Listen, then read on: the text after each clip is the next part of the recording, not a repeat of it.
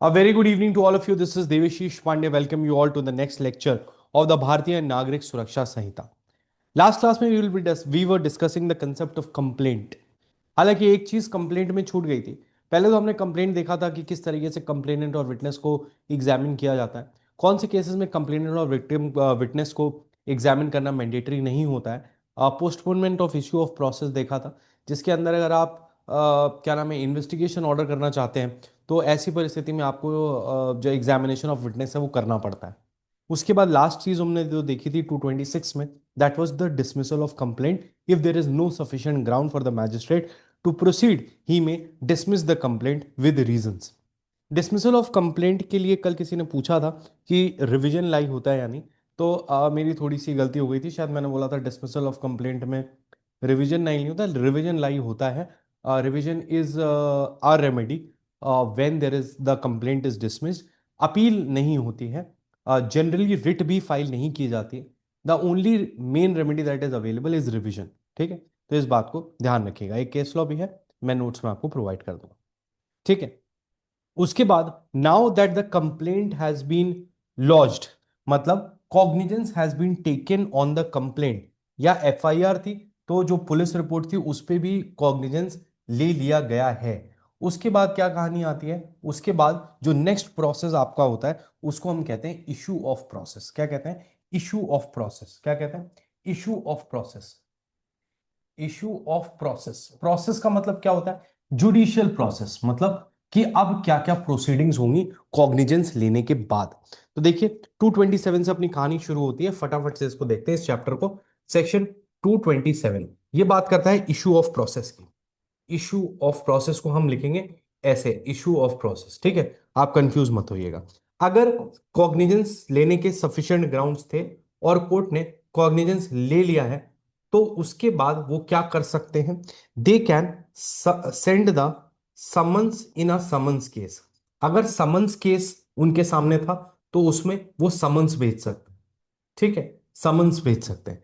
अगर warrants case था, मतलब 2 साल से ऊपर की सजा का अपराध था, वारंट्स केस था, तो इस केस में दे कैन सेंड समन्स और warrants, what ever is required वो भेज सकते हैं। ठीक है, बस एक चीज ध्यान रखिएगा कि अगर देखो समन्स और वारंट्स किसको भेजे जाएंगे? समन्स और वारंट बेसिकली अक्यूज्ड को भेजे जाएंगे, लेकिन अक्यूज को भेजने से पहले कोर्ट को इस बात को कंफर्म करना होगा।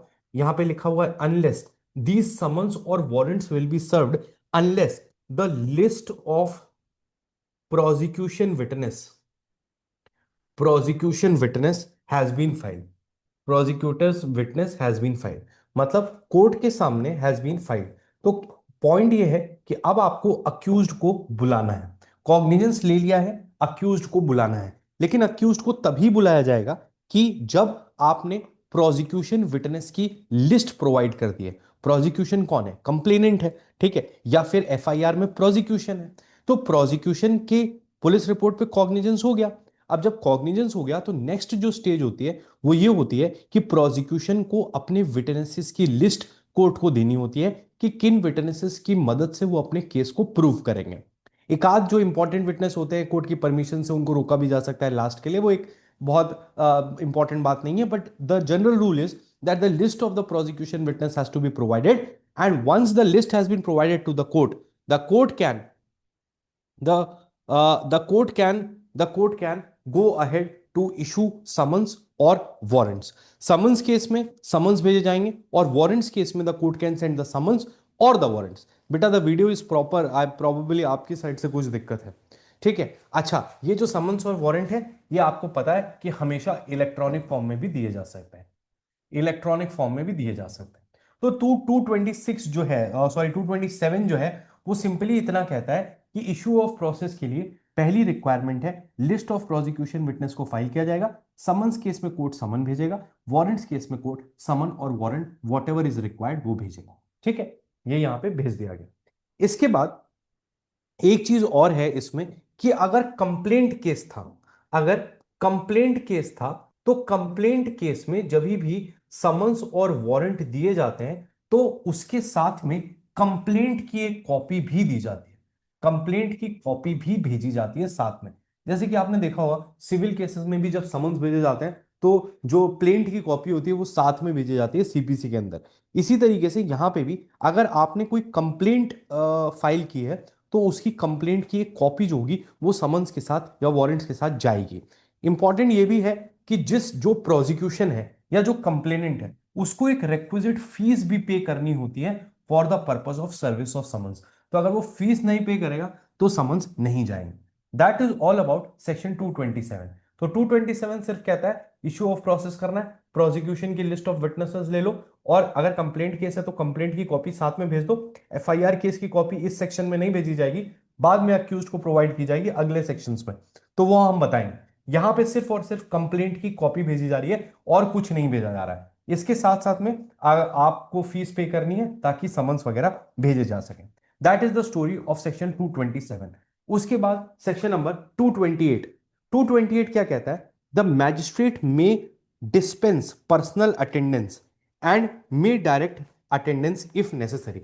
तो मैजिस्ट्रेट के पास पावर है कि अगर कोई छोटा केस है या जो अक्यूज है उसका घर पता है, वो एक बहुत ज्यादा सोशल आदमी है जिसकी प्रॉपर्टी है लोग जानते हैं, और उसके भागने के, अपराध करने के या बाकी चीजों के चांसेस नहीं है, या फिर if the offence is not of a serious nature, तो मैजिस्ट्रेट में डिस्पेंस विद पर्सनल, या फिर वो एक पब्लिक सर्वेंट है या वो ऐसी किसी गवर्नमेंट ड्यूटी में लगा हुआ है जहां से उसको बुलाना सही नहीं होगा, आर्मी में या अदरवाइज कहीं पे, तो मैजिस्ट्रेट में dispense dispense personal appearance, personal appearance, appearance या इल है या कुछ भी है, बहुत सारी चीजें हो सकती हैं, तो आप उसकी पर्सनल अपीयरेंस को डिस्पेंस कर सकते हो। मतलब आप कह सकते हो कि आपको पर्सनली अपीयर होने की जरूरत नहीं है, आप अपने मैजिस्ट्रेट से या अपने एजेंट से अपीयर हो सकते हो।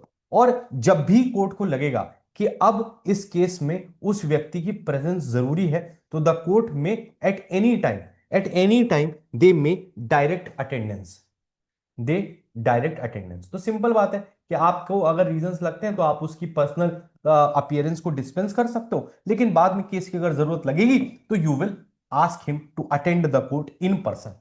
ये हो गया 228। उसके बाद आता है सेक्शन 229। 229 कहता है पेटी ऑफेंसेस के केसेस में। अब ये क्या बात करता है? देखो, एक पेटी ऑफेंसेस होते हैं, ठीक है, अभी आगे पेटी ऑफेंसेस जो है वो डील किए जाएंगे। जनरली फॉर दिस सेक्शन आप ये समझ सकते हो कि पेटी ऑफेंस ऐसे ऑफेंस होते हैं जिसमें 5,000 रुपीज का मैक्सिमम फाइन जो है वो दिया जाता है। तो दैट इज ओनली फाइन से पनिशेबल होते हैं, 5,000 रुपीज फाइन से पनिशेबल होते हैं, तो उनको हम पेटी ऑफेंस मानते हैं। जनरली क्या होता है कि अभी हम आगे पढ़ेंगे कोर्ट ऑफ सेशन ट्रायल, फिर हम देखेंगे मैजिस्ट्रेट की कोर्ट में ट्रायल, फिर एक चीज होती है जिसको हम बोलते हैं समरी ट्रायल। समरी ट्रायल का मतलब होता है कि कुछ ऐसे छोटे ऑफेंसेस होते हैं जहां पे आपको डिटेल्ड प्रोसीजर नहीं करना होता है और समरी मैनर में आप उस केस को डिसाइड करते हो। तो यहां पे ये कहना चाहता है कि अगर कोई पेटी ऑफेंस है, अगर कोई पेटी ऑफेंस है, पेटी ऑफेंस है और उस पेटी ऑफेंस का समरी ट्रायल हो रहा है, अगर कोई पेटी ऑफेंस है जिसका समरी ट्रायल हो रहा है या समरी डिस्पोजल हो रहा है, तो उनको अगर लगता है कि इस केस में बहुत ज्यादा तथ्य नहीं है या बहुत छोटा केस है, तो रीजंस टू बी रिकॉर्डेड जब वो करेंगे, तो जब वो समन्स इशू करेंगे, जब वो समन्स इशू करेंगे, डेफिनेटली वो एक समन्सी केस होगा हमेशा, तो वो अगर समन्स इशू करेंगे तो वो या तो उस व्यक्ति को बोल सकते हैं टू अपीयर इन पर्सन, या तो उसको बोल सकते हैं अपीयर इन पर्सन, या फिर उसको बोल सकते हैं by an advocate, by an advocate वो आ जाए, मतलब एडवोकेट को भेज दे, या फिर पेटी ऑफेंसेस के केस में जो मोस्ट इंपॉर्टेंट चीज है वो ये है दैट ही में प्लीड गिल्टी, ही में plead guilty in writing, writing, और उसके साथ जो अमाउंट ऑफ फाइन है, अमाउंट ऑफ फाइन है वो जमा कर सकता है, जो कि मैक्सिमम 5,000 हो सकता है। तो द आइडिया इज कि कुछ छोटे ऑफेंसेस में, जैसे मैं आपको एक एग्जांपल बताऊं, तो हालांकि वो एक एसडीएम कोर्ट का था, बट एक जैसे फूड सेफ्टी एक्ट के अंदर किसी के यहाँ कुछ मिलावट करता हुआ पाया गया तो उसके ऊपर 20,000 का फाइन लगा दिया। अब ऐसे केसेस में दो ऑप्शंस हैं, आपको कंटेस्ट करना है तो आप केस कंटेस्ट करिए, आपको कोई मना नहीं करेगा, लेकिन आपके पास ऑप्शन ये होता है कि आप गिल्टी प्लीड कर लीजिए, आप एक राइटिंग में एप्लीकेशन दीजिए कि साहब हमसे गलती हो गई, हम दोबारा नहीं करेंगे और हम फाइन देने को तैयार हैं। तो उससे क्या होगा कि आप अपना फाइन पे कर दीजिए और केस खत्म हो जाएगा। तो ये होते हैं पेटी ऑफेंसेस। तो पेटी ऑफेंसेस में कोर्ट के पास तीनों ऑप्शंस होते हैं, या तो वो सामने वाले को बुला सकते हैं, रेगुलर तरीका होता है, या फिर वो कह सकते हैं कि आप अपने एडवोकेट से अपीयरेंस करिए, या अगर आप गिल्टी प्लीड करते हो तो आप राइटिंग में गिल्टी प्लीड कर लो और साथ में फाइन का अमाउंट पे कर दो और अपने घर चले जाओ, केस को खत्म कर दो।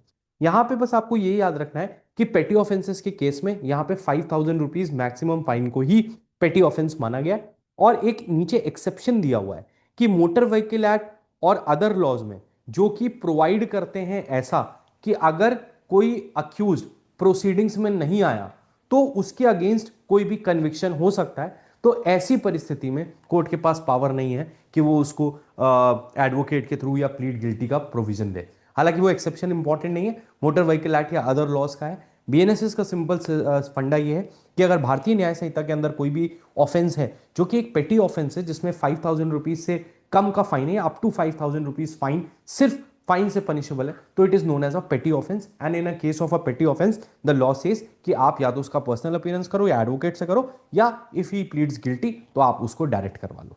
ठीक है। इसके साथ में इसके साथ में एक और चीज कही गई है, एक और चीज कही गई है। अभी हम एक कंसेप्ट पढ़ेंगे आगे 359 में, जिसको हम बोलते हैं कंपाउंडिंग ऑफ ऑफेंस। देखो 359 तो हम पढ़ेंगे ही, बट कंपाउंडिंग का मतलब ये होता है कॉम्प्रोमाइज। तो जैसा कि आपको पता है कि क्रिमिनल लॉ में नॉर्मल तरीके से as a matter of right आप कोई भी ऑफेंस को कॉम्प्रोमाइज नहीं कर सकते। 359 में लिस्ट दी हुई है कि कौन से ऑफेंसेस आप खुद से कॉम्प्रोमाइज कर सकते हैं, कौन से परमिशन ऑफ द कोर्ट से कॉम्प्रोमाइज कर सकते हैं।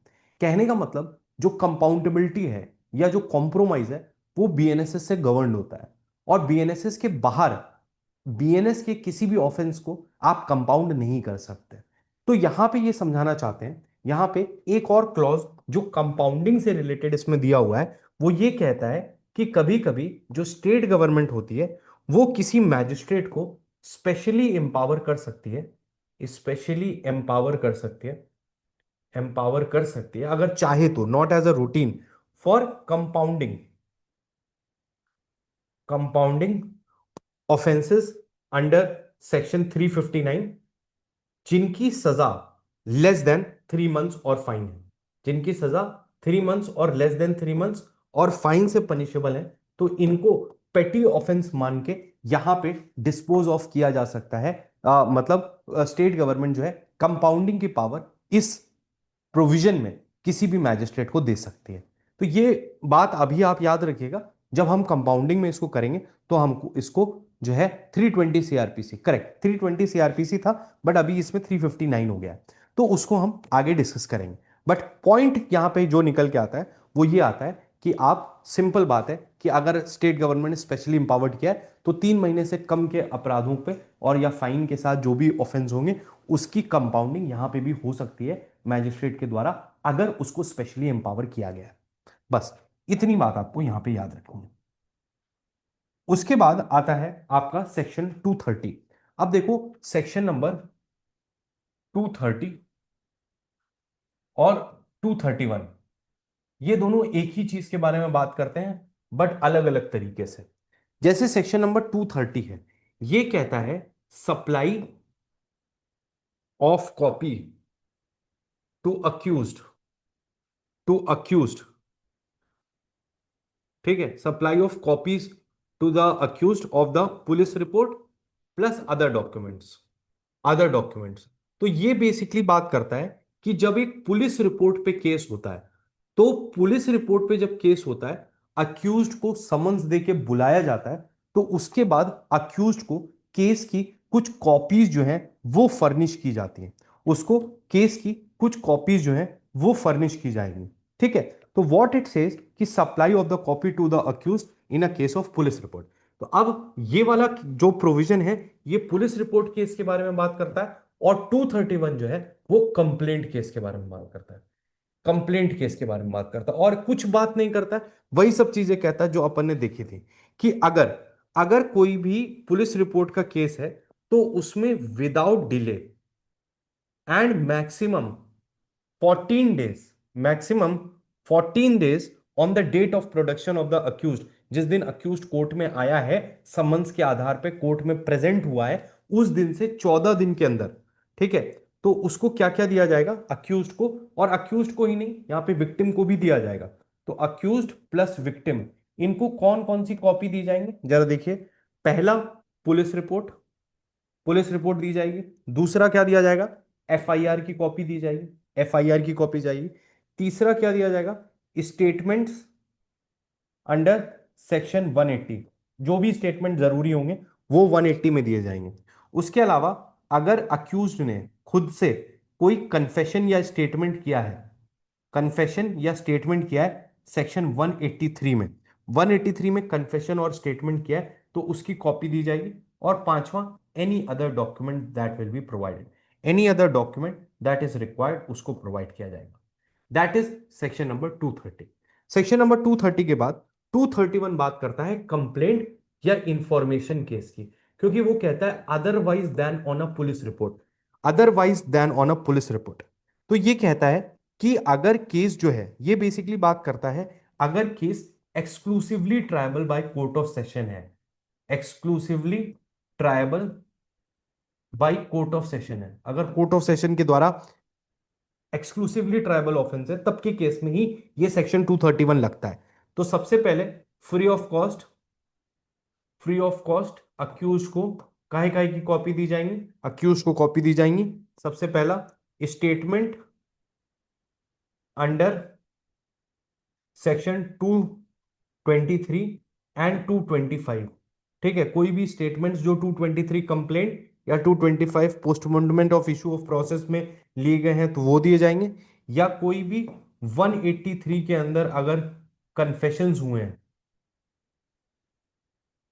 कन्फेशंस हुए हैं या स्टेटमेंट है तो वो दिए जाएंगे।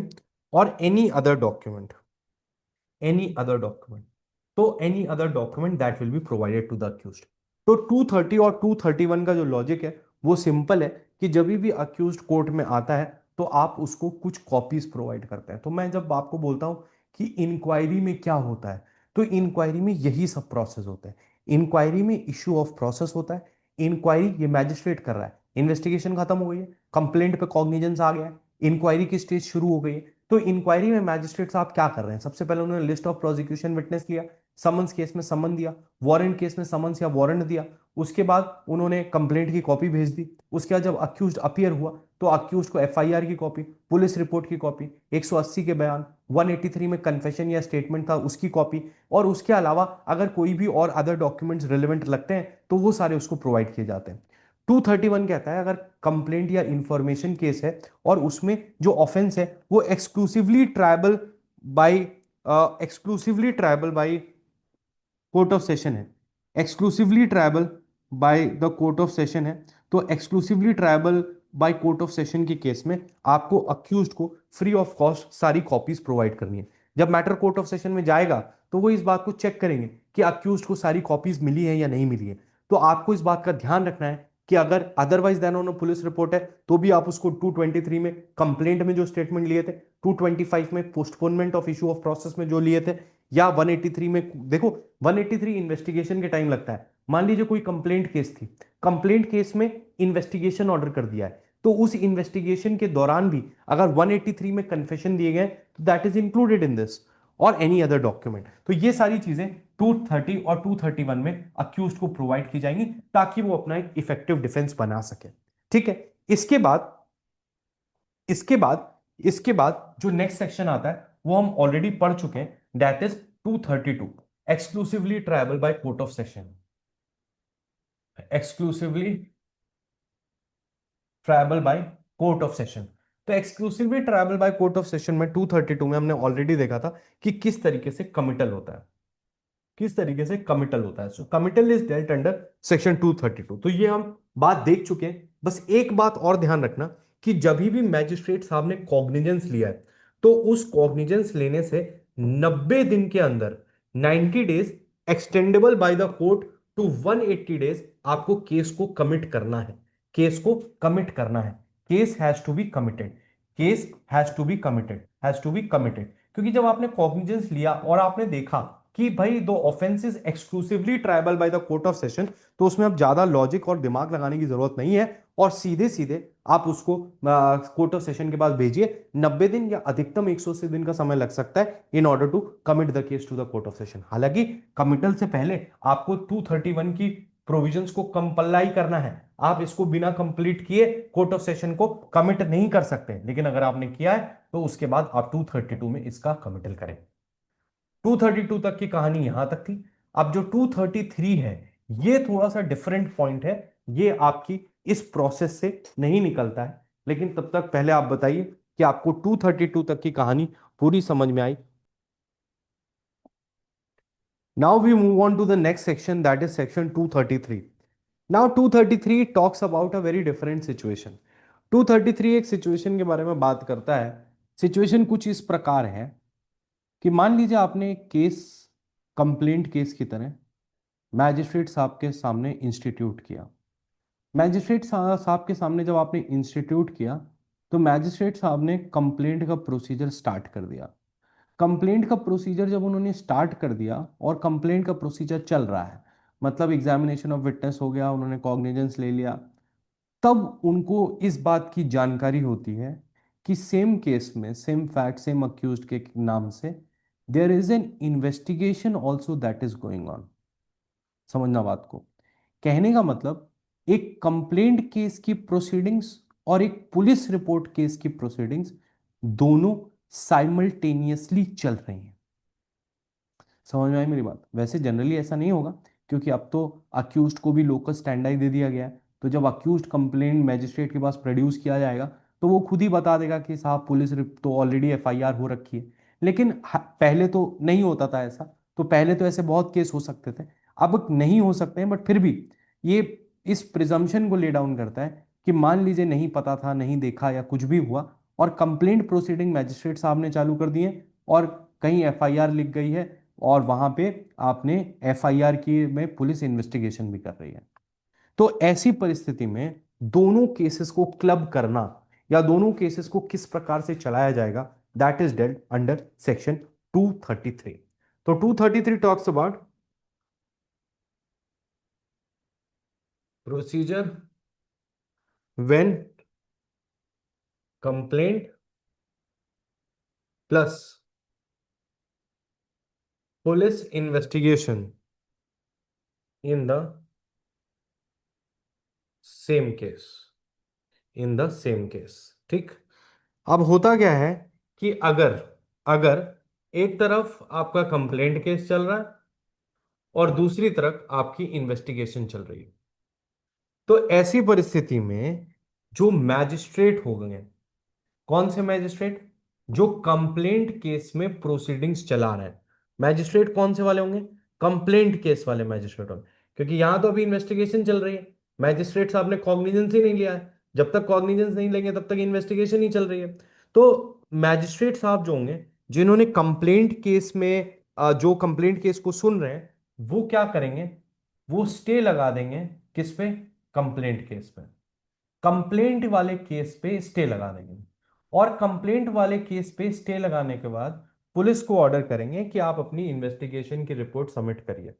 उसके बाद जो पुलिस होगी वो उसी केस में अपनी पुलिस रिपोर्ट सबमिट करेगी। जब पुलिस पुलिस रिपोर्ट सबमिट करेगी तो दो चीजें होंगी, या तो पुलिस ने चार्जशीट फाइल की होगी, चार्जशीट फाइल की होगी, या पुलिस ने एफआईआर लगाई होगी। अगर पुलिस ने चार्जशीट फाइल की है सेम अक्यूज्ड के सामने के अगेंस्ट, जो कि कंप्लेंट केस में था, तो ऐसी परिस्थिति में जो कंप्लेंट वाले मैजिस्ट्रेट हैं, सेम अक्यूज्ड है, 193 की चार्जशीट है अगेंस्ट द सेम अक्यूज्ड है, तो मैजिस्ट्रेट साहब इस पे कॉग्निजेंस ले लेंगे, इस पे कॉग्निजेंस ले लेंगे, और दोनों केसेस को क्लब कर देंगे, दोनों केसेस को क्लब कर देंगे। और in that case this procedure, इसमें जो प्रोसीजर फॉलो होगा, प्रोसीजर फॉलो होगा वो पुलिस रिपोर्ट का प्रोसीजर फॉलो होगा। इसका कहने का मतलब इस केस को प्रिज्यूम किया जाएगा that this is a case on a police report. भले कंप्लेंट केस को इसमें मिक्स कर दिया जाएगा, बट जो प्रोसीजर है वो पुलिस रिपोर्ट का फाइल होगा। अब प्रोसीजर का मतलब, तो जैसे आपने अभी 230 में देखा, अभी आपने 230 में अभी जस्ट ऊपर आपने देखा कि पुलिस रिपोर्ट में अलग प्रोसीजर है, कंप्लेंट में अलग है। तो अब ऐसी परिस्थिति में अगर दोनों केसेस को क्लब कर दिया है और आप प्रिज्यूम करके चल रहे हो कि this is a police report case, तो फिर आप पुलिस रिपोर्ट केस के हिसाब से इसमें प्रोसीजर को करोगे। लेकिन अगर उन्होंने एफआर लगा दी है पुलिस ने, या उन्होंने कहा है कि किसी और अक्यूज ने किया था ऑफेंस या कुछ भी, तो ऐसी परिस्थिति में the court will resume the complaint proceeding. तो यहां पे कंप्लेंट प्रोसीडिंग्स को रिज्यूम कर देंगे, प्रोसीडिंग्स को रिज्यूम कर देंगे, कंप्लेंट प्रोसीडिंग्स को रिज्यूम कर दिया जाएगा। तो लॉ यहां पे कहता है कि आप कंप्लेंट प्रोसीडिंग को यहां पे रिज्यूम कर देंगे। बोलिए, समझ में आया? समझ में आया? So that is with reference to when the complaint and the investigation has been simultaneously going on or going on together. तो इन दैट केस बस इतना याद रखिएगा, the complaint magistrate, complaint case जो होता है वो स्टे हो जाता है इन्वेस्टिगेशन पूरी होने तक, और इन्वेस्टिगेशन के बाद 193 में पुलिस रिपोर्ट आती है। अब वो अगर चार्जशीट है, सेम अक्यूज्ड है, तो आप मिक्स कर देंगे और पुलिस रिपोर्ट केस का प्रोसीजर फॉलो करेंगे। और अगर वो एक एफआर है, तो in that case what you can do is you can resume the complaint proceedings and go ahead with that. समझ गए? यस और no?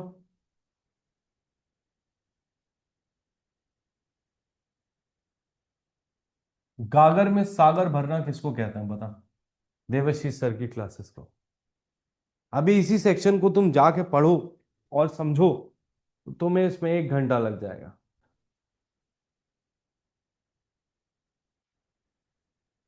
The next topic that we will be starting here is charge. Charge electricity वाला charge नहीं है ये, है ना? This is a different charge. Definition देखोगे बीएनएसएस के अंदर चार्ज की, तो एकदम बेकार डेफिनेशन दी हुई है। Charge includes any head of charges when the charge contains more head than one. कुछ भी समझ नहीं आता, ठीक है, उसको छोड़ दो। सवाल ये आता है कि पहले तो चार्ज की डेफिनेशन क्या होती है? तो चार्ज की डेफिनेशन होती है केस था उसमें बोली गई थी, सुनना, बहुत प्यारी डेफिनेशन है।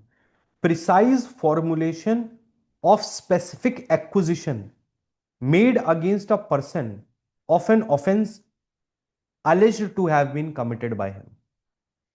Precise formulation of acquisition against a person who has been alleged to commit an offense. ठीक है? हर शब्द का मतलब है, जितना जितना आप बीएनएस समझते जाओगे, इन सब डेफिनेशंस को भी समझते जाओगे। चार्ज का क्या मतलब होता है? चार्ज का सिंपल मतलब होता है कि आपको बताया जाएगा या लिखा जाएगा कि what is the offense that you have done, that offense has been mentioned under the BNS, किस टाइम पे, किस प्लेस पे, कैसे आपने ऑफेंस किया, और किस ऑफेंस के लिए आपका ट्रायल होने जा रहा है, ये that is in the charge. अब इसका ऑब्जेक्ट क्या है? ऑब्जेक्ट क्या है? ऑब्जेक्ट बताता हूं आपको। मान लीजिए कोई एक बहुत ही कुख्यात अपराधी है। कुख्यात समझते हो? कुख्यात, इनफेमस कह लो, है ना, नोटोरियस कह लो इंग्लिश में।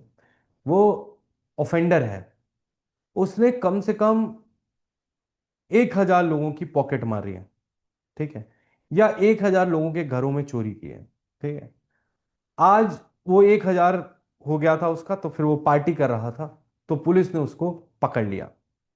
अब उसका ट्रायल होता है। अब मान लीजिए अगर उसने 1,000 घरों में चोरी की है और उसका ट्रायल होता है, तो उसको तो पता ही नहीं है ना कि कौन सी चोरी के बारे में मेरा ट्रायल हो रहा है, ठीक है, कौन सी चोरी के खिलाफ मेरे एविडेंस है, कौन सी चोरी के खिलाफ नहीं है क्या नहीं। तो जो नेचुरल जस्टिस का प्रिंसिपल है, वो ये कहता है, वो ये कहता है कि,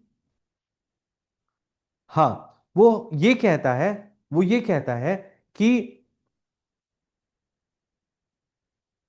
हाँ, वो ये कहता है कि नेचुरल जस्टिस का प्रिंसिपल, कि the accuse should be inform the grounds on which he is being prosecuted, so that he can prepare an effective defence from his side. तो जो ऑब्जेक्टिव है वो क्या है कि आप एक इफेक्टिव डिफेंस बना सकें, ताकि आपके साथ नेचुरल जस्टिस फॉलो हो और ऐसा ना हो कि कुछ इनजस्टिस हो जाए। तो चार्ज का ये ऑब्जेक्ट होता है, चार्ज का ये ऑब्जेक्ट होता है। अब जब आप चार्ज को पढ़ते हो तो चार्ज की शुरुआत के जो 3 सेक्शंस हैं वो तो बेसिक है। वो ये कहते हैं कि कंटेंट्स ऑफ चार्ज क्या होंगे। बेसिकली वो इस बात को समझाते हैं कि अगर आप चार्ज आपने बनाया है तो चार्ज में आप क्या क्या लिखोगे। तो वो उसका लॉजिक सिंपल है। लॉजिक इतना ही है कि आप इस तरह की इंफॉर्मेशन लिखो कि सामने वाले को इस बारे में पता चल जाए प्रॉपरली कि उसने कौन सा अपराध किसके खिलाफ कब कैसे किया है। तो that is the logic of the concept of charge to start with. ठीक है। ऐसा है बीएनएसएस कि जब इसको ऐसे पलट के देखो तो ऐसा लगता है कि बहुत कुछ पढ़ा दिया है ना। अरेस्ट भी पढ़ा दिया, investigation, complaint, process to compel, maintenance, security, सब पढ़ा दिया। और नीचे जाओ तो देखो अभी बहुत कुछ बचा भी है। ज्यूरिसडिक्शन हो गया, कंप्लेंट हो गया, प्रोसीडिंग्स हो गया, चार्ज पे अब हम आ गए। लेकिन कितना भी पढ़ा लो इसमें खत्म ही नहीं होता है। कंटेंट ऑफ चार्ज, ठीक है। पहला सेक्शन है 234 जो कहता है content of charge. Every charge under this Sanhita shall state the offence which the accused is charge with. ठीक है। If the law which creates the offence gives any specific name, जैसे मर्डर, कल्पेबल होमिसाइड, रेप, ये सब क्या है, नाम है जो लॉ ने दिए हैं किसी स्पेसिफिक एक्ट को। तो जब भी कोई ऑफेंस में चार्ज होगा तो उसका जो चार्ज लिखा जाएगा उसमें आपको उसके नाम लिखना है जो ऑफेंस बीएनएसएस में उसको नाम दिया गया। If the law which creates the offense does not give any specific name, so much of the definition of offense must be stated as to give the accused notice of the matter which he is charged with। अब बताइए, ऐसा दिया हुआ है lurking house trespass by night, तो ऐसी परिस्थिति में आपको वो वर्ड्स को यूज करना है या उतनी इंफॉर्मेशन लिखनी है कि सामने वाले को समझ में आ जाए कि किस ऑफेंस के लिए उसको चार्ज किया जा रहा है।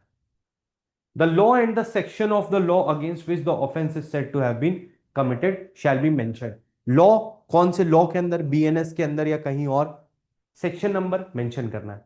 The fact that the charge is made in equivalent to the statement that every legal condition required by law to constitute the offense charged was fulfilled in the particular case। Basically charge framing पढ़ाई जाती है जब judgment writing पढ़ाया जाता है, तब पढ़ाते हैं हम लोग। बट उसमें इंपॉर्टेंट चीज ये होती है कि आपको सारे एसेंशियल्स मेंशन करने होते हैं। मैं जब आपको बीएनएस पढ़ाऊंगा तो मैं इस बात को समझाऊंगा कि बीएनएस में यही समझाया गया है कि भाई अगर कोई भी ऑफेंस है तो उसके सारे एसेंशियल्स होने चाहिए। अगर थेफ्ट है उसमें 5 एसेंशियल्स हैं और वो पांचों में से कोई भी एक एसेंशियल फुलफिल नहीं हो रहा है तो वो ऑफेंस बना ही नहीं जो उसमें लिखा हुआ है। तो इसी तरीके से यहां पे भी कहता है कि आप सारे वो पर्टिकुलर्स को मेंशन करोगे जिससे वो ऑफेंस कॉन्स्टिट्यूट हो रहा है। ठीक है। The charge shall be written in the language of the court. 50 बार, 100 बार, 1000 बार ये सवाल आ चुका है कि चार्ज किस लैंग्वेज में लिखा जाएगा। अक्सर स्टूडेंट्स इससे कंफ्यूज हो जाते हैं कि अक्यूज को जो लैंग्वेज समझ में आएगी उसमें लिखा जाएगा। ऐसा नहीं है। लैंग्वेज ऑफ द कोर्ट होती है और उसके बाद अक्यूज को पढ़ के सुनाया जाता है। और अगर अक्यूज को वो लैंग्वेज नहीं पता है तो जो लैंग्वेज उसको समझ में आती है उसमें उसको एक्सप्लेन किया जाता है, लेकिन लिखा हमेशा लैंग्वेज ऑफ द कोर्ट में जाता है। इस बात को ध्यान रखना। If the accused having previously convicted of any offense is liable for previous enhanced punishment, तो for a punishment of different kind, तो previous conviction mention होगा। previous conviction को हम अलग से देखेंगे। previous conviction के केस में बेसिकली होता क्या है कि previous conviction को दो तरीके से यूज किया जा सकता है। चलो मैं बता ही देता हूँ, रहा नहीं जाता है मुझसे। तो previous conviction क्या कहता है? previous conviction दो तरह की चीजों की बात करता है। देखो, या तो आप प्रीवियस कन्विक्शन को भारतीय साक्ष्य अधिनियम में कंडक्ट या मोटिव इस सेक्शन में रिलेवेंट कर लीजिए, तो आप प्रीवियस कन्विक्शन को यूज कर सकते हो। और अगर आप उसको वहां नहीं यूज करते हो तो फिर आप इनहैंस्ड पनिशमेंट के लिए यूज कर सकते हो। कहने का मतलब, जब कन्विक्शन हो जाता है उसके बाद जब सेंटेंस हियरिंग होती है तो उसमें हम प्रीवियस कन्विक्शन को यूज करते हैं। ठीक है, इनहैंस्ड पनिशमेंट के लिए। तो वो कंसेप्ट कभी अलग से बता दिया जाएगा। इलस्ट्रेशन एक पढ़ लो चाहो तो समझ में आ जाएगा चार्ज कैसे लिखा जाता है। A is charge with the murder of B. This is equivalent to the statement that A's act fell within the definition of murder given in section 100 and 101 of Bharatiya Nyaya Sanhita, that it did not fall with any other general exceptions of the said Samhita, and that it did not fall within any of the 5 exceptions of section 101 thereof, or that it did not fall within exception 1, और ये में charge हो जाएगा। कहने का मतलब इतना बस समझो कि द आइडिया इज कि भाई सारी चीजें वो लिखनी है जिससे कि ऑफेंस कॉन्स्टिट्यूट हो रहा हो। ठीक है, ये हो गया आपका 234। उसके बाद 235 क्या कहता है? 235 कहता है particulars as to time, place and person. अब वही बात, इतने सारे लोगों के साथ अपराध किया है कि याद ही नहीं है, तो इसलिए the charge shall contain such particular as to the time and place of the alleged offence and the person against whom or the thing in respect of which it was committed, as are reasonably sufficient to give the accused reasonable notice of the matter which he is charged with। हालांकि जब money का case होता है, मान लीजिए criminal breach of trust है, डिसअप्रोप्रिएशन है, forgery है, तो उसमें आपको ग्रॉस सम लिखना होता है। सपोजिटली मैंने अपने फाइनेंसेस को संभालने के लिए एक बिजनेस में एक क्लर्क को रखा। अब वो क्लर्क 1 साल तक रोज पैसे जो है मेरे इम्बेजल करता रहा, इधर उधर करता रहा। तो जब मैंने उसके खिलाफ एफआईआर करी, तो अब मुझे हर ट्रांजैक्शन को लिखने की जरूरत नहीं है। मान लीजिए अब 1,000 ट्रांजैक्शन थे, तो क्या 1,000 ट्रांजैक्शन चार्ज में लिखे जाएंगे? नहीं, चार्ज में आप एक लमसम ग्रॉस अमाउंट लिख दोगे कि पिछले 1 साल में इसने 10 लाख का जो है चोरी किया है। द आइडिया हियर इज कि चार्ज सिर्फ इंडिकेट करने के लिए है। कहता है when the accused is charge with criminal breach of trust, dishonest misappropriation और other movable property, it shall be sufficient to specify the gross sum, or as the case may be, describe the movable property in respect to which the offense is alleged to have been committed, the dates between which the offense is alleged to have been committed without specifying particular items or exact date, and the charge so framed shall be deemed to be a charge of an offense within the meaning of 242। ठीक है,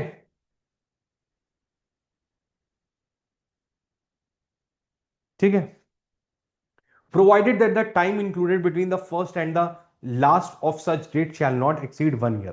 तो जब भी आप इस तरह की चीजें को करते हैं, जो क्रिमिनल ब्रीच ऑफ ट्रस्ट या डिसअप्रोप्रिएशन ऑफ प्रॉपर्टी, तो उसमें 1 साल के ब्रैकेट के ही आप चीजें लिखते हैं। मतलब 1 साल में इसने इतना पैसा करा, तो जितने भी साल का है तो वो आप ऐसे ऐसे करके लिखोगे कि 1 साल में इतना पैसा, फिर इतना पैसा, फिर इतना पैसा। ठीक है, ये चीज। उसके बाद 235 के बाद आ जाता है 236, when manner of committing the offense must be stated। तो कई बार when the nature of the case is such that the particulars mentioned in section 234-35 do not give the accused sufficient notice of the matter which he is charged, the charge shall also contain such particulars of the manner in which the alleged offense was committed as will be sufficient for that purpose। मतलब आपको उसका manner of committing the offense लिखना पड़ेगा if the definition clause, section or essentials were not sufficient to tell him that what offense he has committed। देखो, A is accused of theft of certain article at a certain time place, the charge need not to set out the manner। किसी ने चोरी करी है तो उसमें manner नहीं करना है। A is accused of cheating B at a given time, the charge must be set out in the manner in which A cheated B। तो अगर चीटिंग का आरोप है तो किस तरीके से चीटिंग की, तो वो इंपॉर्टेंट है। जैसे फॉल्स एविडेंस देने का इल्जाम है, तो आपको बताना पड़ेगा कि उसने फॉल्स एविडेंस कैसे आपको दिए। जैसे A accused of obstructing B a public servant in discharge of his public service, public duty. तो ऐसे में you have to mention that what how he did the offence. ठीक है, तो ये हो गया आपका part 1, that is particulars of a valid charge. यानी कि when you are framing the charge, what are the essential ingredients that you will put in. ठीक है, आज के लिए इतना ही रखेंगे। इसके आगे जो चार्ज का पार्ट है वो सिंपल है, कल की क्लास में चार्ज का पार्ट खत्म हो जाएगा 100%, वो पीछे के सारे सेक्शंस खत्म हो जाएंगे, और कल कोर्ट ऑफ सेशन ट्रायल भी आपको पूरा पढ़ाया जाएगा। तो इसके लिए आप तैयार होकर आएगा। That's all for the day. Thank you so much everyone, bye bye, take care, good night, see you tomorrow and Jai Hind.